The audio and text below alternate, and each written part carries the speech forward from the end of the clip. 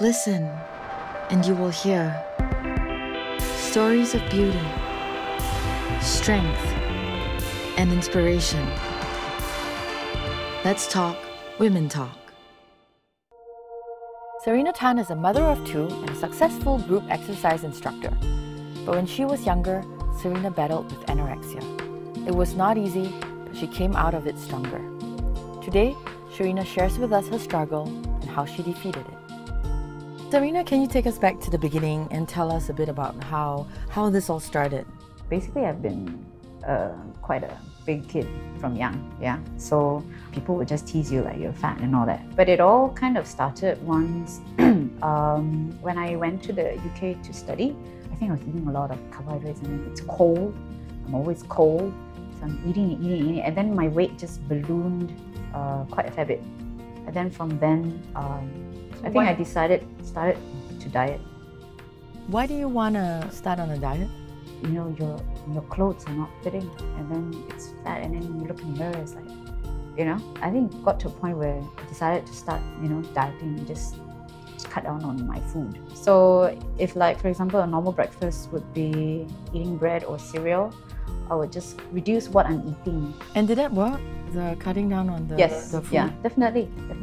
Started off just reducing my intake, breakfast, lunch, and dinner, and then you see difference in your body shape.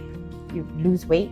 So once I found myself getting slimmer and slimmer, it came to a point where I became obsessed with cutting down how much I was eating. I came to a point where I actually went to measure the amount of food I'm eating. So I'll be measuring literally how many calories. So it came to a point where, for example, I'll buy a loaf of bread. So you start off just eating one slice. But then it came to a point where I was actually cutting a bit more. I'll take half a slice, and that would be like for lunch. And then dinner, I'll be eating just 1 cup of yogurt with an apple or some grapes. And then as my weight dropped, I cut it even more, like half a cup of yogurt and like half an apple. And then came to a point where I actually counted the number of grapes that I was eating. Do you try to talk to anybody about it? During that time, which was about 10 years ago, I don't really know what it was. All I know was I'm just happy with losing a lot of weight. Did you feel like something wasn't right, or you were just kind of happy about it? Of course, started to see myself reducing. I will stare in the mirror, and then I'll see suddenly my bones sticking out. It looks too at that time. It looks good. Thin, skinny, looks great. Right. Yeah, so the perception I had at the time is like this. At which point in time did you kind of start to realize that something wasn't right? Approximately a year, I noticed that I didn't get my period. It didn't hit me until I realized when I count. It's actually 1 year that I didn't have my period. My hair was falling out. My skin was like yellow. I grow fine hair all over my body. My hair was falling out in clumps. I would just do this, and then a lot of strands would come out. I remember I was back home for the holidays. I was actually looking at a magazine. I can't remember if it's a local magazine or an international magazine, but I came across a picture. They put there signs or a figure of an anorexic girl. I looked at it. It's a diagram. They have arrows pointing to, like, for example, what happens when you have anorexia. You lose your hair, you grow fine hair, your skin and nails become weak or whatever. And when I looked at that diagram, I remember staring at myself in the mirror and looking at her and looking in the mirror. I kind of looked like her. I think that was the turning point. Looking at the diagram and realizing that I didn't have my period, and there's a possibility I will not conceive. I don't think that's the right direction I want to go. So that was how I realized I have a problem. So what happened after that when you came to the point of realization about anorexia? Started eating just normal. I was back home. Started eating, and of course, once you start eating, you put on weight. And I did put on weight again. And were you tempted to start dieting again? Controlled way, not excessive.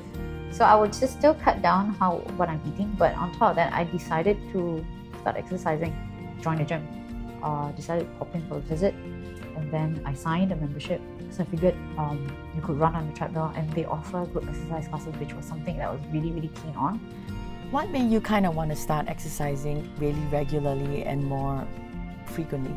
As a way of losing weight, rather than just solely on dieting and just not eating. And now you're a fitness instructor. Tell us about the transition into just kind of going for runs and then signing up the gym, and then now, kind of doing this as a profession. I mean, I really enjoyed what I was doing. My husband just encouraged me to go for the training course, the workshop. So I attended one of the workshops. I passed, and then I started teaching. So now that you're a personal trainer, and I'm sure your clients come to you for advice on nutrition and dieting, so how does your experience kind of with anorexia, has that affected the way you advise them in any way?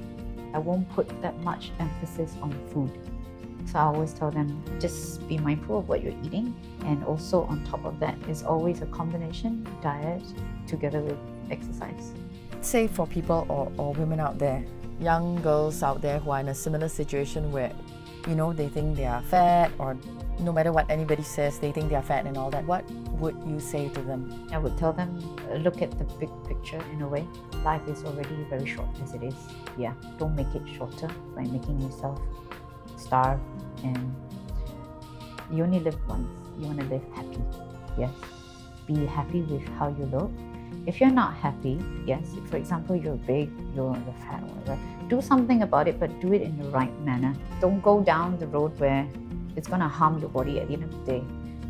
How would someone who is in that situation of being anorexic, how would they come to that realization? A lot of it is self-realization sometimes.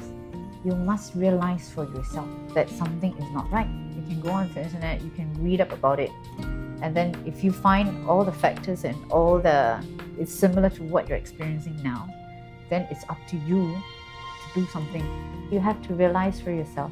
So I guess the thing about being supportive towards somebody who has anorexia is to not be judgmental, to just be supportive towards that self-actualization. You have to be patient. It takes time for her to realize that this is not right. My perception of what is thin, skinny, beautiful is wrong in a way. Thin does not equate beautiful, right? If you want to be slim, do it for the right reasons. Say you want to be healthy. So Serena, what is empowerment to you? Empowerment to me will be it means the freedom to do what I want to do, and be happy with what I'm doing, and not be what society wants to be. Well, Serena, thank you so much for sharing your story with us. I know it's not easy to go back to the place where we're not so happy at that time, but I think this story is really powerful because then it'll help a lot of young women out there who are dealing with issues of identity or weight, or what it means to be beautiful, and I think that your advice will benefit a lot of them. Great. Despite the difficulty of reliving the stories, Serena courageously came forward to share her experience in the hope that we will learn to love and respect ourselves as we are.